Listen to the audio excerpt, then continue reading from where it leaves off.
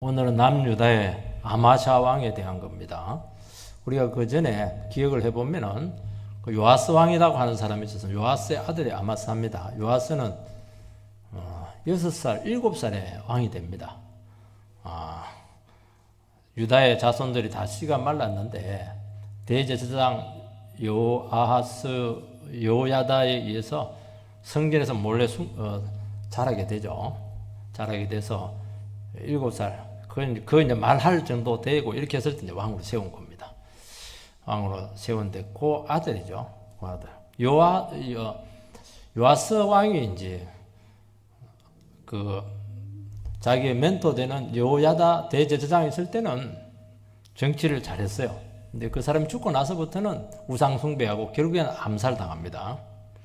근데 그 과정을 이 아들도 비슷하게 지금 겪고 있다는 겁니다. 아마샤의 문제는 형통의 문제였습니다. 형통이 위험한 것은 교만할 수가 있기 때문이죠. 이 문제가 어려운 겁니다. 하나님, 우리가 모두가 형통하기를 원하거든요. 저는 요셉을 하나님께서 형통하게 하시지 않겠습니까? 그 전에 형통만 생각하는데, 총리만 생각하는데, 요셉의 인생은 총리 전에 다 결정이 나는 겁니다. 형통하는데 어떤 형통이냐? 네가 국무총리 돼도 타락하지 않는 형통이라는 겁니다. 그걸 배워야 되는 것인데, 그것이 되려고 하면은 처절히 하나님 말씀과 싸워야 됩니다. 그리고 하나님만이 정말 잘 될 때나 안 될 때나 모든 것이 돼야 되는 것입니다. 그리고 그것만 가지고 안 돼요. 내가 얼마나 약하고 넘어지기 쉬운 존재인가 하는 것을 또 처절하게 깨달아야 돼요.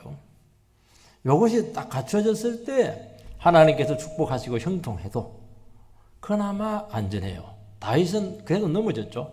다윗은 그래도 넘어졌어요. 그렇게 짓밟혔는데도 또 넘어지고 죄 지은 겁니다. 그래서 우리를 믿어서는 안 되는 겁니다. 아마샤 왕은 처음에는 성경적이고 신앙적이었습니다. 그래서 하나님께서는 축복했어요. 형통의 복을 주었습니다. 어느 순간 교만해지게 되고 우상 숭배하고 변질하게 되고 불필요한 전쟁을 해서 자기와 유다를 비참하게 만들었던 것입니다. 그거는 딱 하나입니다.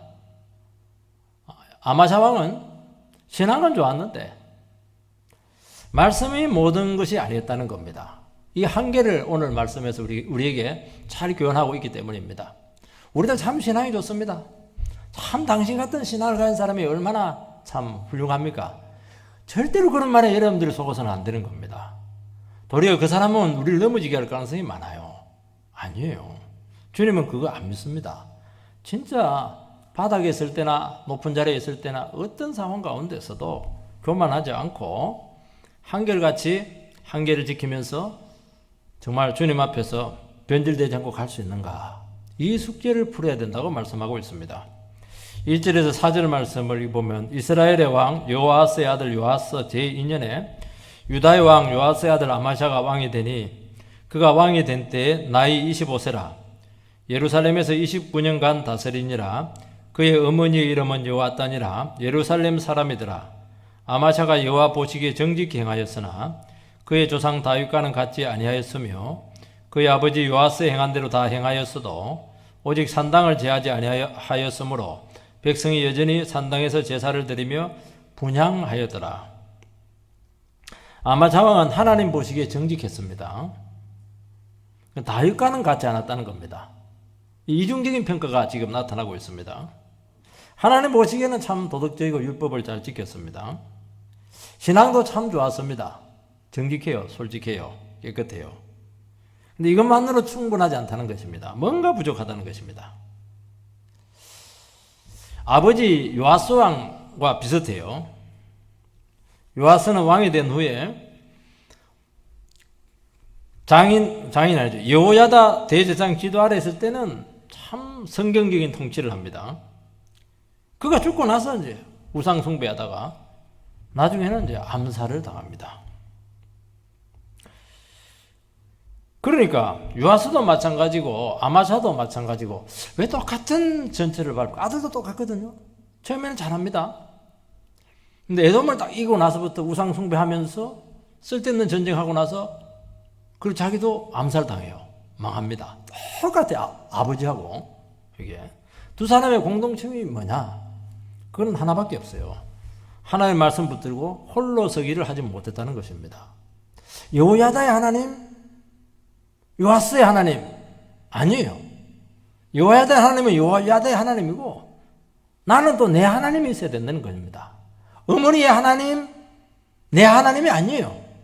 어머니의 하나님, 내 하나님이 되어야 된다는 겁니다. 이 부분에서 지금 결격이 되었다는 것입니다. 목사님의 하나님, 여러분의 하나님이 아니에요. 저는 내 하나님이 있습니다. 여러분의 하나님하고 다르다는 거예요. 설교 듣는다고 해서 아니라는 거예요, 이게. 홀로서기죠. 여러분, 홀로서기가 얼마나 힘든 줄 압니까? 홀로서기? 정말 바닥으로 내려가야 되거든요. 몸부림쳐야 되는 겁니다. 그 재벌들, 이세들이 망하는 이유가 그거거든요. 아버지는 홀로서기를 한 거예요. 막 산전수전 다 꺾으면서. 근데 뭐 그 자손들은 그냥 좋은 것만 딱 물려받은 겁니다. 그냥 말아먹지 않겠습니까? 그렇게 어렵다는 거예요. 그래서 하나님 말씀이 내 것이 되는 그 몸부림의 과정이 반드시 있어야 된다는 것입니다. 오늘 이 말씀에 보면 신앙이 좋은 것하고 다윗과 같은 신앙을 굉장히 예리하게 구별을 하고 있습니다. 다윗과 같은 신앙이 뭐냐? 다윗은 한결같이 말씀을 붙들었다는 것이고 아마샤는 이 부분에서 한결같지가 않았다는 것입니다. 신앙이 좋아요. 괜찮아요. 어디 내놔도 봉사도 잘하고 어디 내놔도 손색이 없어요. 하나님이 봤을 때는 준비가 덜 됐다는 것입니다. 하나님께서는 우리를 하여금 바로 이 부분을 계속 점검을 하는 거예요.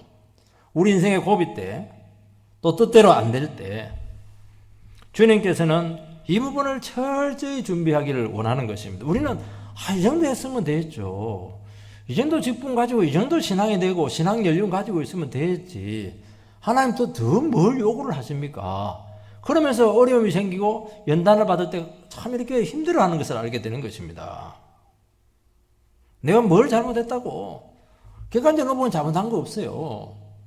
그렇지만 하나님께서 사랑해서 한 번 더 이렇게 만져주는 것이거든요. 그때 어떻게 해야 되느냐? 아직도 인간 덜 됐구나. 그렇게 깨닫고 겸손히 말씀의 자리로 나가면 되는 것입니다.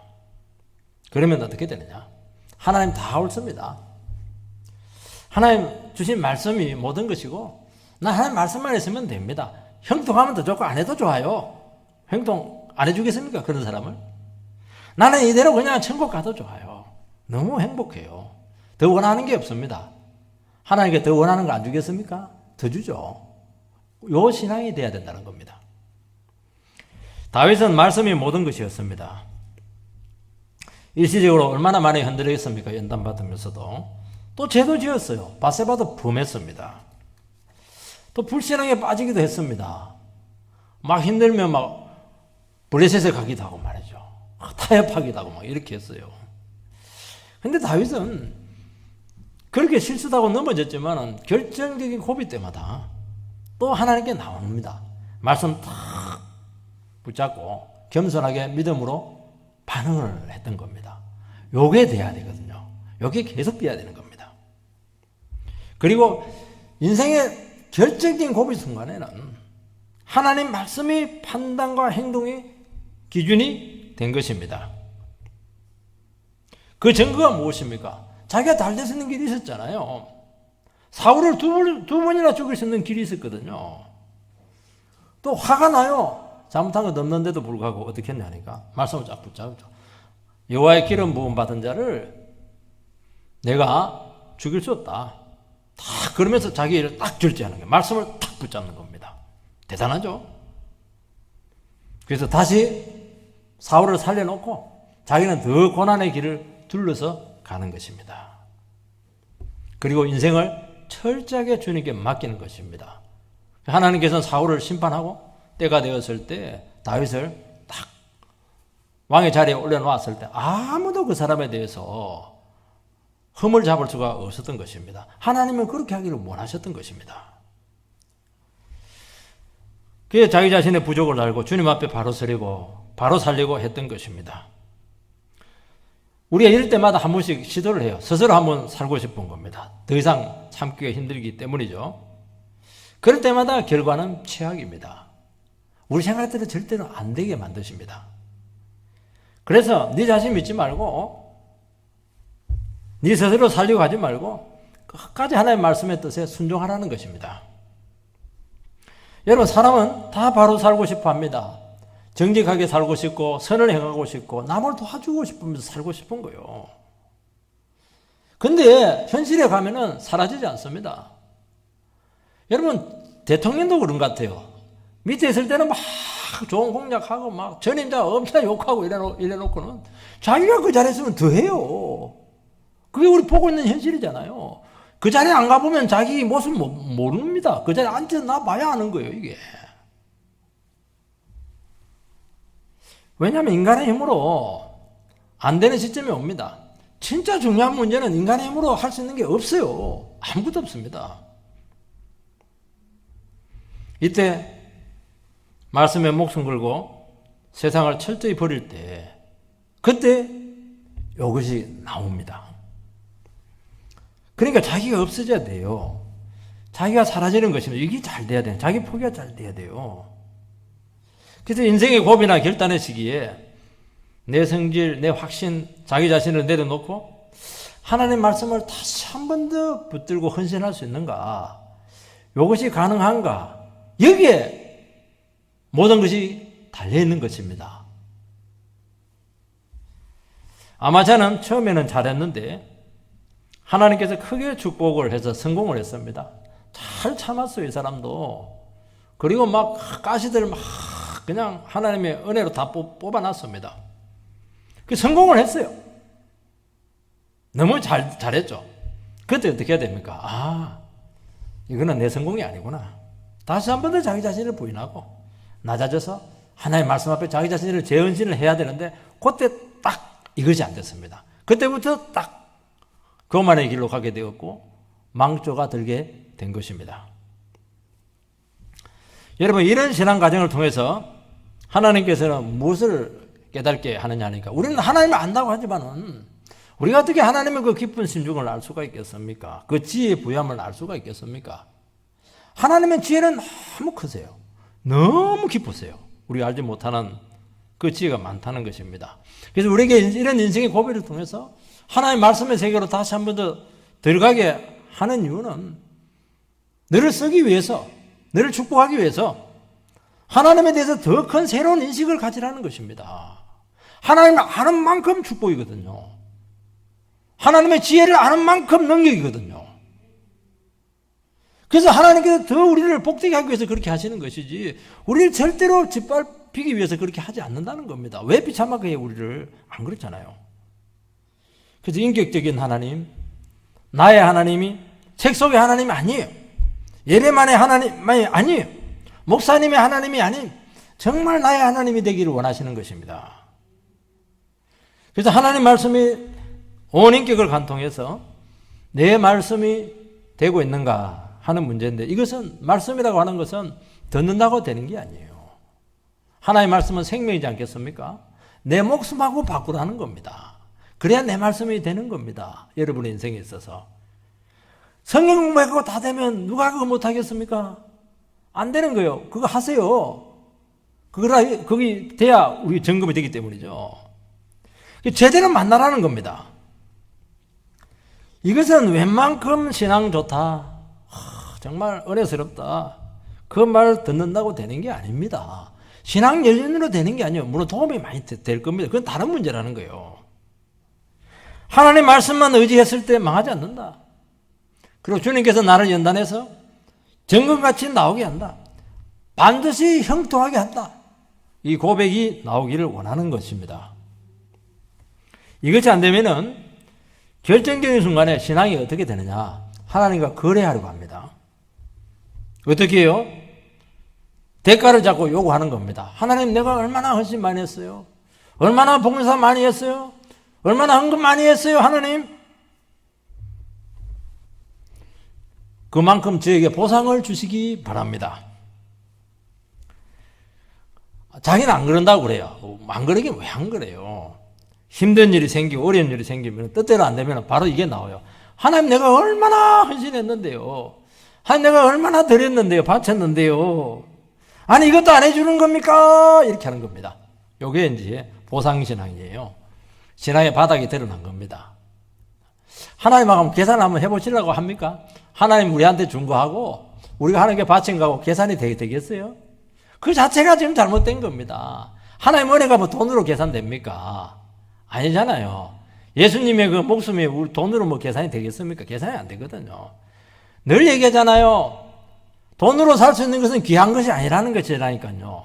어떻게 은혜를, 예수님의 목숨을 돈으로 살 수가 있겠습니까? 성령의 은혜를 어떻게 돈으로 살 수가 있겠어요? 주님께서 너희들은 아예 돈으로 못 사고 대가 지불 못 하니까 그냥 공짜로 은혜로 주는 겁니다. 그거는 무가치하기 때문에 그런 것이 아니고 이거는 대가로 지불할 수가 없기 때문에 너무 다함이 없기 때문에 그냥 주는 거예요. 공짜로. 자기는 계산하는 거예요. 자기는 나는 이만큼 헌신했고 이만큼 바쳤고 그게 신앙이 좋긴 한데 그게 자기의 거의 바닥이에요. 내 한계 신앙이 요거구나. 그게 없어져야 되는 겁니다. 그거 무조건 은혜가 돼야 돼요. 잘 돼도 은혜, 못 돼도 은혜, 망해도 은혜. 지옥 갈 인간 막 구원해놨더니만 막 너무 많이 욕심이 많은 거예요. 그 신앙을 우리에게 주기 위해서라는 것입니다. 하나님 우리에게 구원할 때 뭐 정말 다 보여줬잖아요. 정말 예수님 너무 처절하게 다 보여줬잖아요. 얼마나 고통스럽겠어요. 우리는 할 말이 없습니다. 어느 것도 요구할 수 없고요. 우리는 망해도 할 말 없고 지옥 가도 당연한 겁니다. 그 당연한 거. 어떤 사람들은 그래요. 아니 저 사람은 구원하고 나는 왜 구원 안 하고 하나님 선택은 너무 불리하다고 말이지. 그런 말 하면 안 된다니. 그런 말을 하면은 다 지옥 갈 인간이고 감옥 사형수들인데 거기서 몇 명 빼내가지고 뭐 구원해 준대 뭐 떨냐? 뭐 그 말이에요. 우리식으로 표현하면은. 나는 왜 은혜를 안 줍니까? 너는 왜 은혜를 안 구하냐는 거예요. 너도 그거 보고 은혜 구하면 그 복을 받을 텐데 너는 왜 안 구하면서 왜 저 사람은 저렇게 나는 안 하냐고 막. 그게 그 사람의 대가신앙입니다. 왜 내한테 안 해주긴 뭐 있냐? 나도 계산 다 해줬다는 겁니다.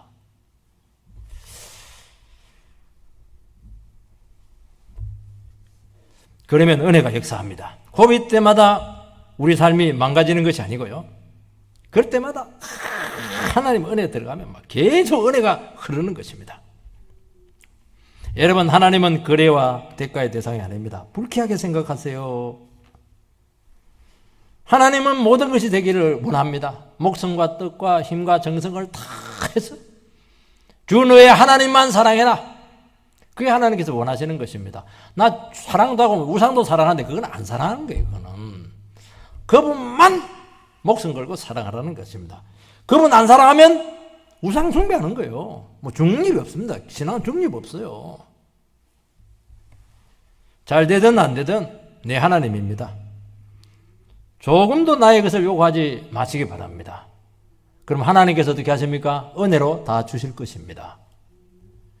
아마샤는 부친을 죽인 신복들의 실권자고 그 사람들이 그를 후계자로 세웠습니다. 기가 막히죠. 아버지를 암살한 사람들이 실세들인데 그 사람들이 그를 왕으로 세웠어요. 얼마나 힘들었겠습니까? 비참했죠. 왕이지만은 그 사람들을 처단할 수가 없어요. 그게 기다리는 것입니다. 얼마나 마음이 힘들었겠습니까? 자칫 폭발할 수도 있습니다. 그러니까 아마샤는 이때 은혜로 들어가는 수밖에 없습니다. 하나님 말씀으로 자기 마음을 붙잡아야죠. 뭐 속이 뒤집어지지만은. 그리고 하나님 뜻 안에서 자기 자신의 처지를 생각하는 것입니다. 부친도 우상 숭배했지. 처음엔 잘하다가 뒷판에 좀 잘해주니까 막 그냥 우상 숭배하고 시해한 사람들도 참다가 암살한 거 아니냐는 거예요. 그렇지만 그들 막 그래도 시해하면 안 되지만은 막 화가 나지만 그 사람 볼 때마다 그래도 어떻게 하겠어요? 그러면서 하나님만 진짜 붙들어야 된다는 겁니다. 그래야 병이 들지 않는 것이죠. 여러분, 우리는 믿음 생활하고 또 신앙의 생활을 살아가지만은 우리는 원수와도 같이 가야 돼요. 가해자들과도 상처를 준 사람하고도 같이 가야 될 때가 있고 같이 믿음 생활을 해야 되고 교회에 있을 수가 있는 거예요. 괴롭고 힘들 수 있는 겁니다. 그때 우리를 지킬 수 있는 방법은 뭐냐? 진짜 하나님을 만나라는 겁니다. 하나님 만나면은 갈 수가 있어요. 원수를 위해서 기도해 줄 수가 있거든요. 그러면 어떤 일이 생기냐? 아프고 고통당하고 당한 만큼 하나님 안에서 치유가 일어나게 되고 은혜로 회복이 일어나는 것입니다. 그래서 고통스럽고 힘들지만은 더 강력한 역사가 일어나기 때문에 그때 굉장한 성숙이 일어난다는 것을 알 수가 있습니다. 남녀가 연애를 했습니다. 깊이 사귀었어요. 그러다가요 헤어졌습니다. 같은 교회 안에서. 기가 막힌 일이에요. 대개는 뭐 군대를 가든지 한 사람은 교회를 떠나버리죠. 근데 안 떠납니다. 원수가 둘이 앉아서 예배를 드려야 돼요. 그 아픔을 안고 예배 중에 하나님의 말씀으로 위로받고 응답받으라는 것입니다. 그러면 어떻게 되느냐? 실현당하기 전에 하나님, 실현당하고 난 후에 눈물 흘리면서 예배 가운데서 만난 하나님 같습니까? 다르잖아요. 벌써 다르잖아요. 인생을 알잖아요. 아, 내 그전에는 사람을 볼 때 외모로 봤는데 아니구나. 사람은 겪어봐야 하는구나. 맞아. 내 짝을 만들어주시는 분은 하나님밖에 없어. 신앙적인 기준으로 확 바뀌는 겁니다. 그러면서 사람이 바뀌는 것이거든요. 새로운 하나님을 만나는 것입니다. 얼마나 하나님 외에는 답이 없다니까요.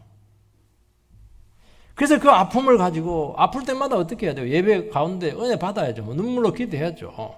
그래서 말씀으로 해석하고 왜 아픔을 줬을까? 뜻을 찾고 그러면서 자기 자신이 의지는 아픔을 가지고 내가 왜 당해야 돼? 내가 왜 차유해야 돼? 내가 그거밖에 안 돼?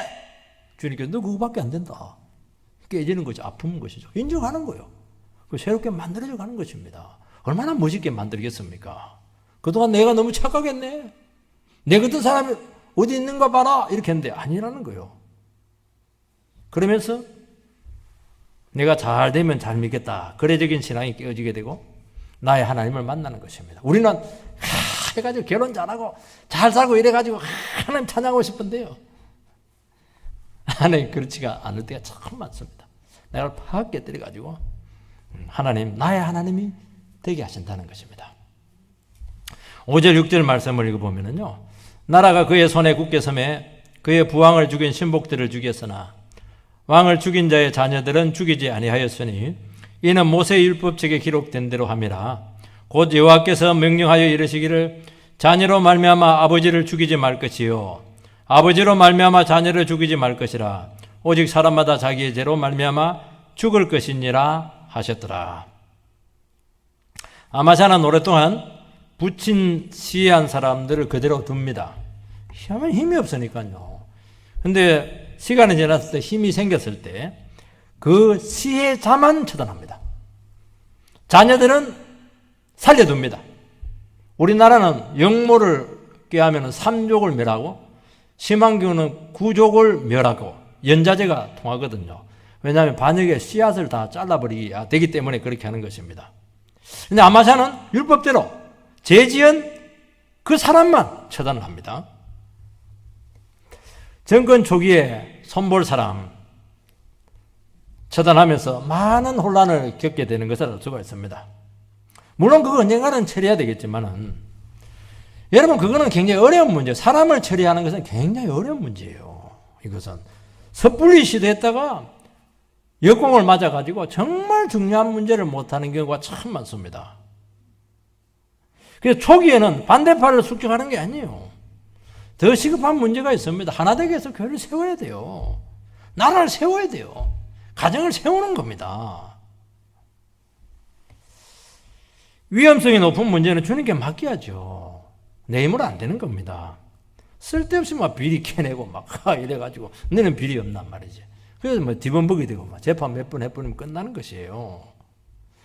하나님의 말씀을 선포하고 말씀으로 다스리면은 주님께 적절할 때 주님께 적절하게 모든 것을 정리해 주시거든요.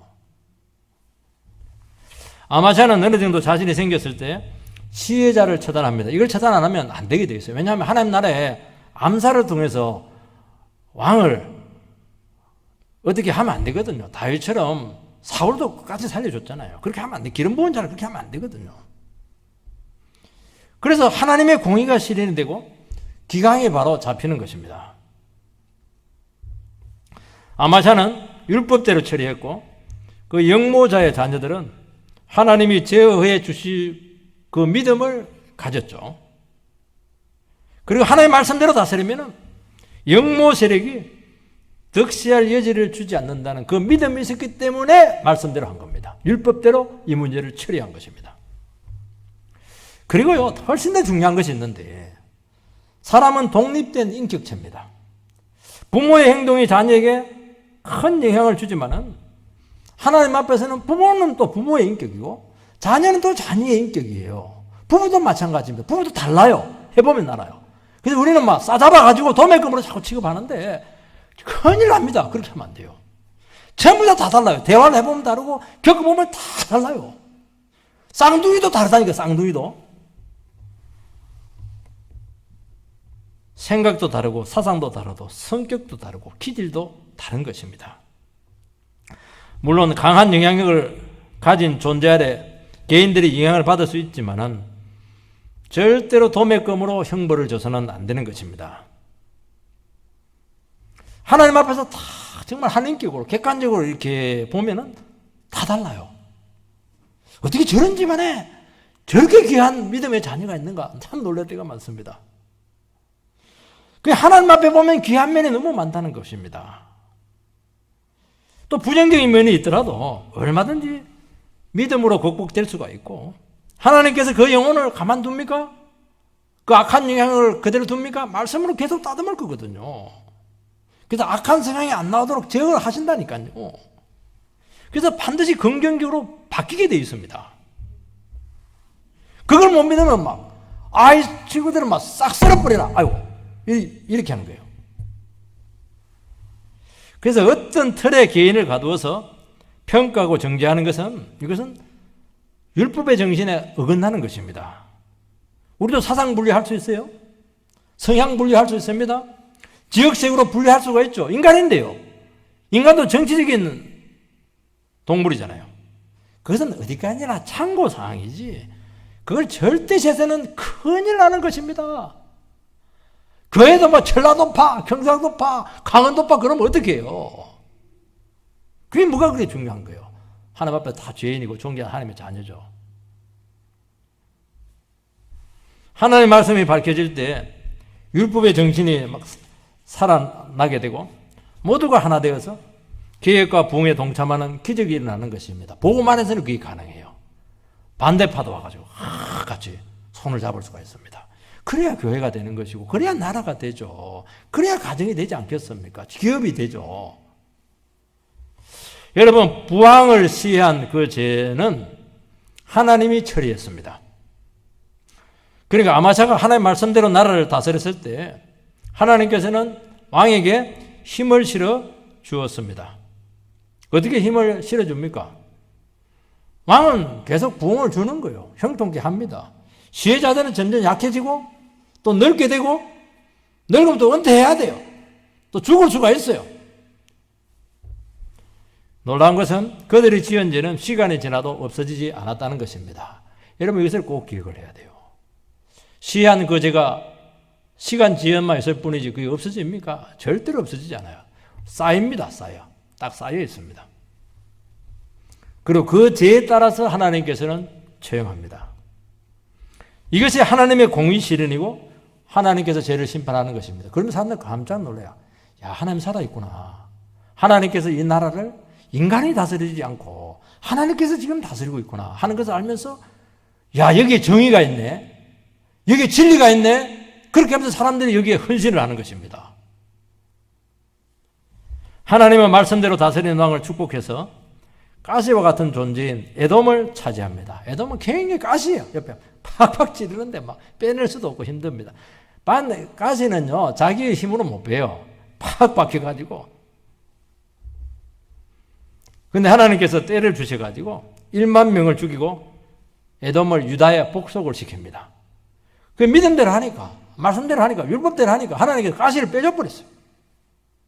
그래서 그 빼앗긴 그 지역 셀라 지역을 되찾았는데 그 셀라 지역을 욕대리다. 하나님에 의해서 정복된 곳이다. 하나님께 영광을 딱 돌리잖아요. 절대로 이길 수가 없는데 하나님께서 이기게 했다는 겁니다. 그러나 나중에 바로 이 에돔 정복이 아마샤에게 문제가 되었습니다. 변질의 시초가 되었어요. 아니, 하나님께 영광 돌리면 끝나야 되는데 자기에게 영광을 돌리면서 변질이 오기 시작했다는 것입니다. 성공한 것이죠. 이제 성공하니까 문제가 된 거예요. 8절 말씀 읽어보면 아마샤가 예후의 손자 여호아스의 아들 이스라엘의 왕 요아스에게 사자를 보내 이르되 오라 우리가 서로 대면하자 한지라. 대면하자 한 것은 대면 예배 드리는 거 아닙니다. 대면하자는 거 하면 싸우자는 겁니다. 전쟁하자는 겁니다. 에돔에게 정말 괴롭혔던 에돔에게 승리했죠. 자신감이 막 생겼는가 봐요. 간땡이가 부은 겁니다. 여러분, 북이스라엘은 남유다보다 5배의 힘을 가지고 있습니다. 객관적으로. 그리고 에돔하고는 비교가 안 돼요. 굉장히 강한 나라가 세상적으로 북이스라엘인데, 근데 뭐가 씌었는지 한번 붙자는 거예요. 아니, 적이 쳐들어온 것도 아니에요. 자기 한번 붙자는 거예요. 우리 식으로 말하면 미쳤죠. 그래서 사자를 보내가지고 유다에 복종하라 그렇게 하는 것입니다. 감히. 이게 뭐냐니까 성공의 위험성인 것이죠. 성공은 치명적인 위험을 못 보게 합니다. 이상하게 이길 것 같아요. 이상하게 이길 것 같아. 그 명물이 또 생겨요. 왜냐하면 그 논리가 나오거든요. 이유가 있어야 전쟁을 하지 않겠습니까? 그리고 에돔을 정복할 때 용병을 한 몇만 명 했는데 하나님께서 용병 데려가지 마라. 용병 비용만 뜯기고 달 돌려보냈는데 이스라엘 용병들이 돌아가면서 와 우리를 안 데려가는 거야. 에돔하고 전쟁을 해야 더 전리품을 건질 텐데 막 그러면서 막 유다 지역을 막 황폐하게 한 겁니다. 아니 너희들 돈 받고 갔는데 왜 우리 백성을 괴롭히는 거야. 그게 또 하나 명분이 생긴 것입니다. 그리고 더 큰 명분은 뭐냐. 유다가 성경적으로 정통이잖아요. 북이스라엘보다는 성전이 있으니까. 그리고 이스라엘은 신앙적으로 회복돼야 될 대상이라는 것입니다. 그래서 남북 통일에 대한 비전이 막 살아난 거예요. 이게 얼마나 멋있는 명분들이 생겼으면 벌써 많은 명분이 생겼잖아요. 그때가 위험한 것입니다. 명분을 자기가 만들면 안 되는 겁니다. 하나님께 불강행적으로 하는 것이지 저는 우리 남북 통일도 인간이 만든다고 생각하지 않아요. 하나님에 대해 하나님이 하는 겁니다. 우리는 열심히 신앙생활을 하고 나라를 세우는 거예요. 실패와 좌절과 곤란 속에서는 본심이 드러나지 않았는데 딱 성공하고 나니까 자기도 몰랐던 것 같아요. 우리 그 사람 속에 내 속에 얼마나 야망과 재성이 득실거리고 있었던가 하는 걸 몰랐어요. 국내적으로는 시혜자를 처단했어요. 옆구리에 가시 같은 에돔 문제를 해결했습니다. 다 모든 위험은 사라지게 되었어요. 이상하게 고삐가 풀리는 것입니다. 그러면서 기고만장해지게 되고 자만심에 빠지게 되고 어리석은 행동을 하면서 딱 맛이 가는 겁니다. 객기를 부리고 쓸데없는 도발을 하게 되면서 스스로 제 무덤을 파는 겁니다. 그러니까 저렇게 잘 되는데 한순간에 딱 망하는 사람들이 있어요. 그것만 지켜도 되는데 가만히 있어도 되는데 쓸데없는 짓을 해가지고 망하는 사람들이 너무 많다니까요. 그건 눈에 씌어서 그래요. 하나님께서 축복해 주시면 감사하고 가만히 있으면 되잖아요. 그럼 하나님께서 또 좋은 일을 하게 만드시거든요. 가만히 있지를 못해요. 성공했으니까.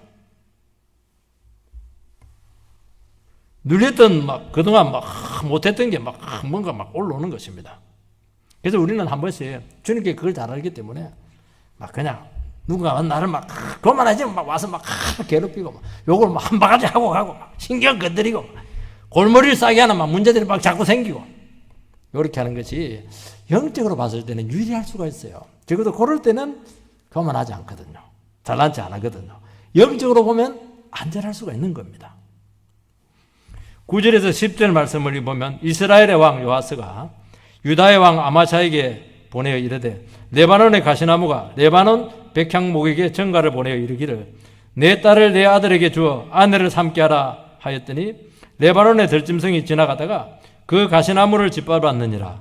내가 에돔을 쳐서 파하였으므로 마음이 교만하였으니 스스로 영광을 삼아 왕궁에나 내 집으로 돌아가라. 어찌하여 화를 자취하여 너와 유다가 함께 망하고자 하느냐 하나. 북이스라엘의 왕도 아마샤의 아버지하고 똑같은 이름입니다. 똑같은 이름이라도 동명이인입니다. 북이스라엘의 왕 이름이 요아스입니다.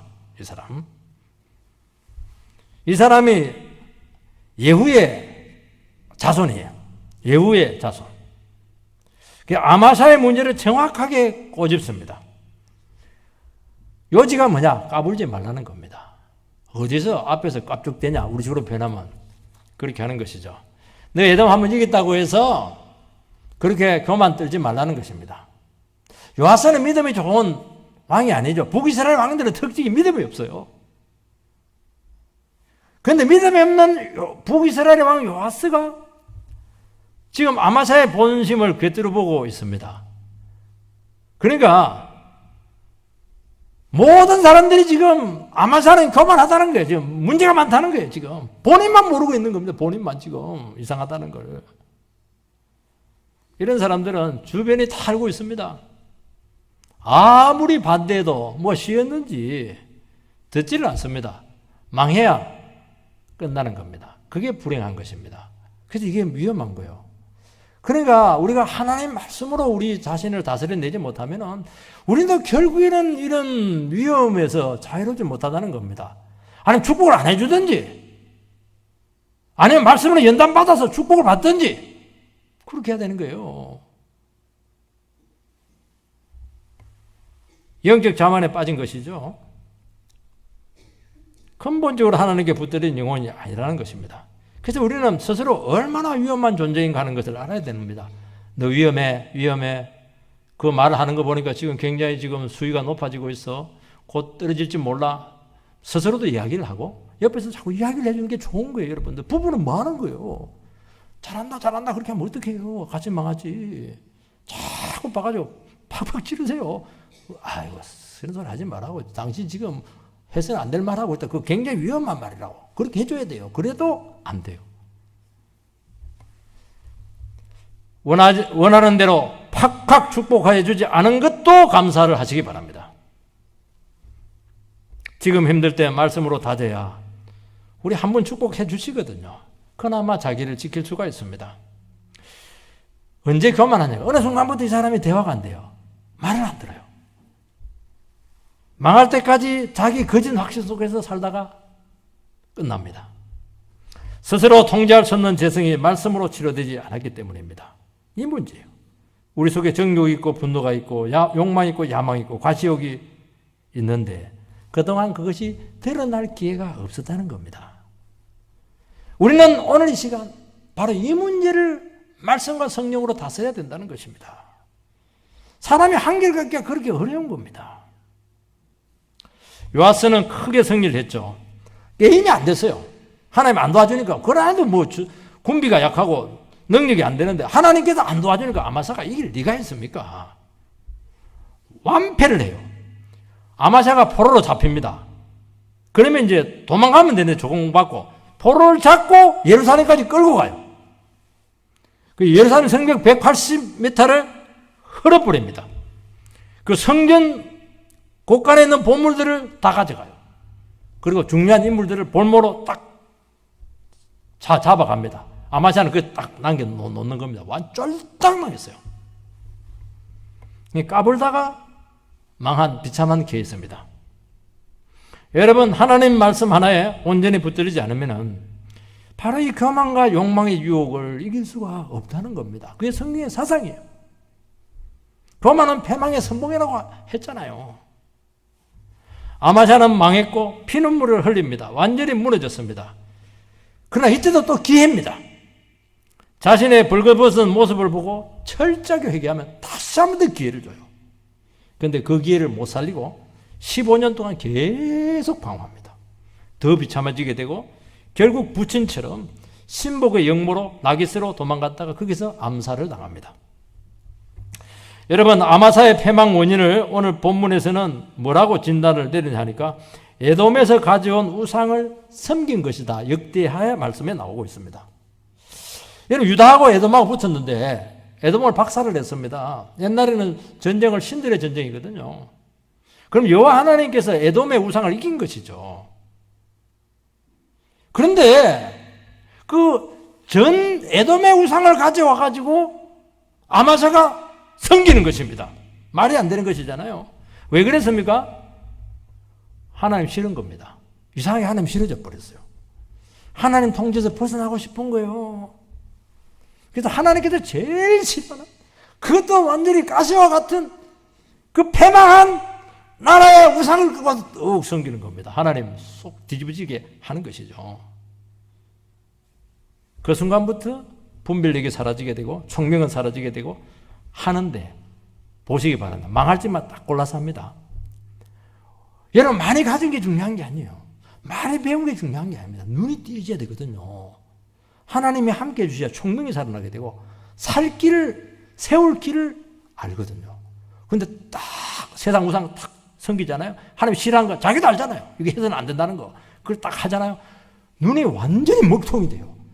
뜨는 순마다 악수만 뜹니다. 그리고 만방으로 집니다. 여러분, 우리가 사는 길은 말씀에 붙들려 계속 우리 안에 빛이 비춰야 된다는 것입니다. 하나님의 음성을 계속 듣고 이끌림 받아야 되는 것입니다. 이것이 안 되면 결국에는 현실과 타협하고 우상 따르다가 자멸수에 빠진다는 것이 오늘 주시는 말씀의 교훈인 줄 믿습니다. 여러분, 신앙 좋다는 말 그게 속지 마세요. 우리도 웬간한 사람들 능가합니다. 신앙. 그거 믿지 마세요. 내가 정말 주님 앞에서 하나님 말씀 안에 목숨을 걸고 있는가? 그 철저히 점검을 해서 자기 자신들에 대해서 여유를 부리지 않게 되기를 주의 이름으로 축원드립니다.